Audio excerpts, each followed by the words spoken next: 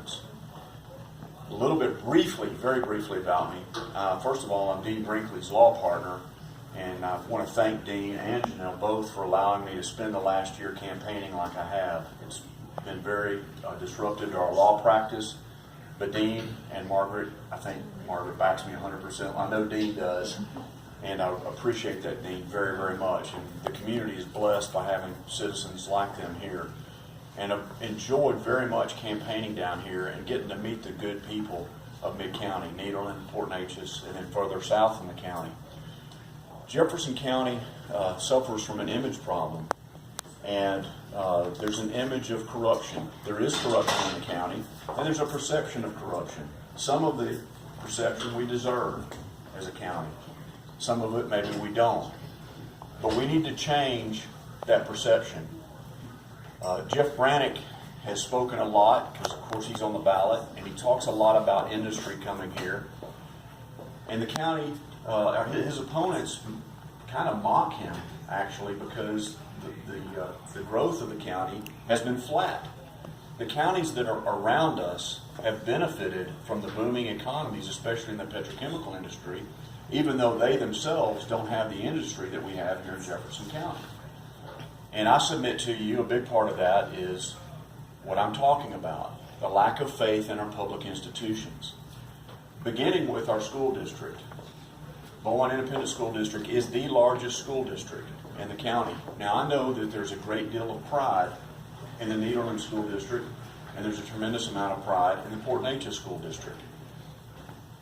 And that is well deserved. And they are well-run districts who turn out excellent graduates. But the fact of the matter is, there are 19,000 students in the Beaumont Independent School District. The Beaumont Independent School District is the largest in Jefferson County.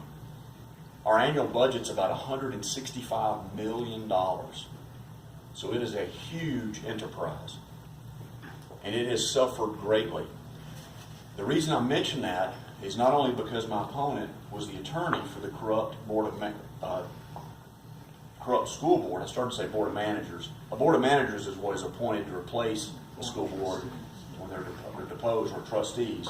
And I happen to be one of the board of managers that was appointed to try to fix what's been going on at BISD. But I mention it not only because my opponent was the attorney for the corrupt school board, but because, again, I am appointed and I'm serving on that board. That's important for several reasons. One, I want you to know that that process was a very thorough vetting process. I was interviewed multiple times by the state of Texas. Even though I've been a member in good standing of the state bar for many years, I went through a vetting process. So I've been thoroughly vetted by the state. Also want you to know that I have great concerns about our community and about our county. My decision to run for judge came way after I made the effort to be appointed to the school board. They just happened to coincide. There's been talk from the opposition that I'm just a politico, I'm just politically motivated, that's why I'm running for the court. Dean can tell you, I applied for the school board long before I made the decision to run for judge. The two really don't have anything to do with each other. They happen to coincide. So I've been thoroughly vetted by the state. And I want to tell you a little bit about my practice, because what I'm asking for all of the voters of Jefferson County to do is to hire me to run a trial court, and I am a trial attorney. Dean can tell you I'm very adept at trying lawsuits, and if you can show me the jury charge, or if I can come up with a jury charge, I don't care what kind of case it is, I've either tried it or can try it. I've got about 100 jury verdicts under my belt. And so everything from contract disputes to bad faith insurance cases, hurricane damage cases. I've been hired to represent all kinds of individuals in Jefferson County. I've been hired by Valero, by ExxonMobil, by Goodyear. I was on retainer with the Mauston firm for about 4.5 years. I was talking with Judge Burnett about his nephew, I think, worked with him also for a number of years. That's important because I've worked on both sides of the docket, both a plaintiff and a defendant.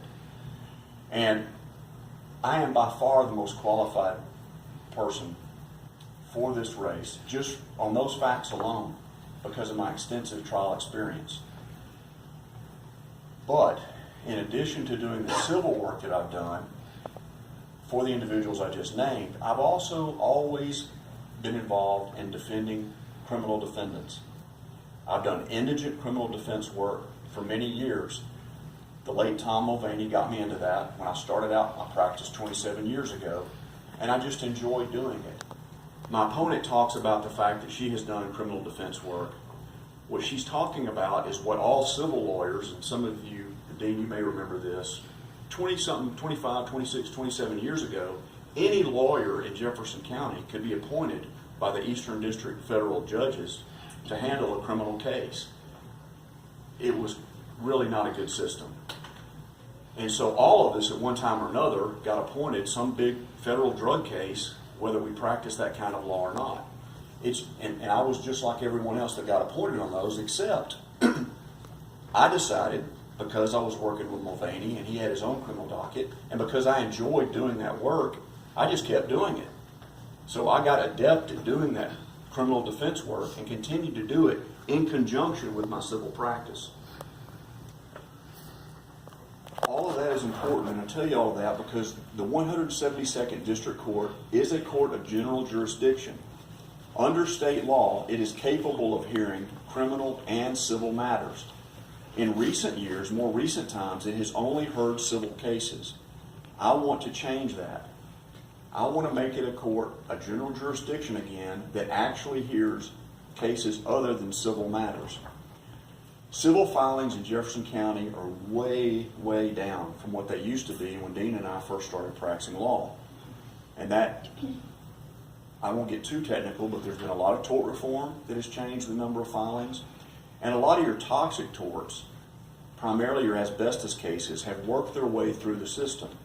The plants that many of us work in are a lot safer than they used to be in terms of exposure to things like benzene and asbestos and silicosis and other things that harm people.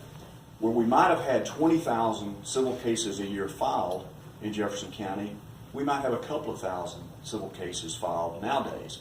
And yet we have the same number of courts and the same number, and the same amount of court capacity. In other words, the same amount of ability to handle cases. So what we've ended up with are civil courts. They've been designated civil even though they could hear any kind of case, and they're not very busy. And frankly, the judges in them are not working very hard. And our criminal courts, on the other hand, are just as busy as they ever were. They're very, very busy. What I want to do with the 172nd is develop a specialized docket to help those very busy criminal courts. There's multiple things that we could do, okay, to customize a docket. And this is being done in other counties. This is being done in Nueces County. You can go home and research it on the internet. If you Google it, this will come up. It's going on in Travis County. It's going on in Harris County. Other counties are doing what I'm proposing that we do here. Let me give you a brief example. We have someone that is charged with a serious crime. And let's say that they're gainfully employed. They may even have a family. But even though they're gainfully employed, they've been accused of a serious crime, and they can't bond out because they're too poor to make a $2,500 bond, a $5,000 bond, $10,000 or $15,000. They're never going to be able to pay that bond. So what ends up happening is they sit in the county jail until a lawyer like me can be appointed, an actual trial lawyer can be appointed to handle their case. Many times they'll sit there 8 months, 9 months. I've had clients appointed to me that have been sitting there a year before I'm ever appointed on their case.